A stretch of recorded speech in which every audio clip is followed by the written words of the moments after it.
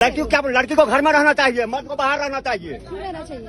क्यों रहना चाहिए भाई? क्योंकि औरत है, औरत इज्जत होता है। तो इज्जत देखो, सूट पहना ना। अरे सूट पहनने से नहीं होता है, तो बुर्का पहन आपको सीमा में रहना चाहिए। सीमा कौन सी सीमा? सीमा है ढोल गवार सूट नारी सकल तारना के अधिकारी। औरत घर में है तो इज्जत में है, बाहर नहीं इज्जत है उसका। सीमा तो हमारे घर में ही अंकल, सीमा और मीना दोनों। हाँ तो मीना भी है, सीमा भी है। तो देख लो क्या सब हो रहा है, देख लो बस में क्या हाल है, देख लो अभी आने वाले समय में क्या होगा। गलती है ना इसके लिए तो प्रशासन कौन है? प्रशासन हम ही आप है, आप हो। प्रशासन नहीं है। प्रशासन तो बोल रहा था। आपने किसको वोट दिया? आपने? हम किसको दें? हम फुल वोट है, हम क्या वोट देंगे किसी को? अच्छा आप भी वोट हो। और क्या वोट की बात कर रहे हैं अंकल? अरे छोड़ो ना, आप आज की डेट में ना अंकल आप गलत बोल रहे हो, लड़कियां बहुत आगे अरे गलत तो हम है ही, जो तुम लोग को मौका दिया बाहर निकलने का, हम तो गलत है ही। आप हाँ मौका दिए हैं ना, पहले भी औरत होती थी और मार भी खाती थी वो औरत, मार भी खाती थी। नहीं बिल्कुल नहीं। आप पुरानी हिस्ट्री निकाल के देखो अंकल, 1991 के देखो। आज भी खा रही है, अगर उस तरह की है तो आज भी खा रही है। तो आप किस किस को मारते हो घर पे? हमको मारेंगे?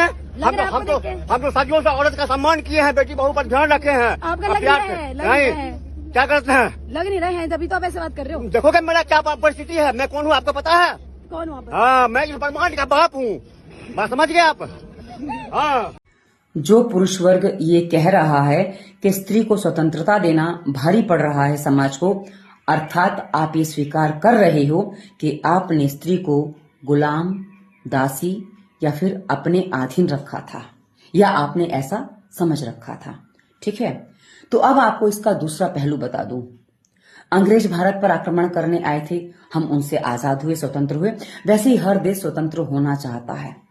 वैसे ही आप मान लीजिए नारी भी एक देश है, और जब आपने उसको अपने अधीन बनाया तो उसने स्वतंत्रता की चाह रखी और वो स्वतंत्र हो गई, और वो जिस रूप में स्वतंत्र हुई उसने उस रूप में उस स्वतंत्रता को अपनाया है।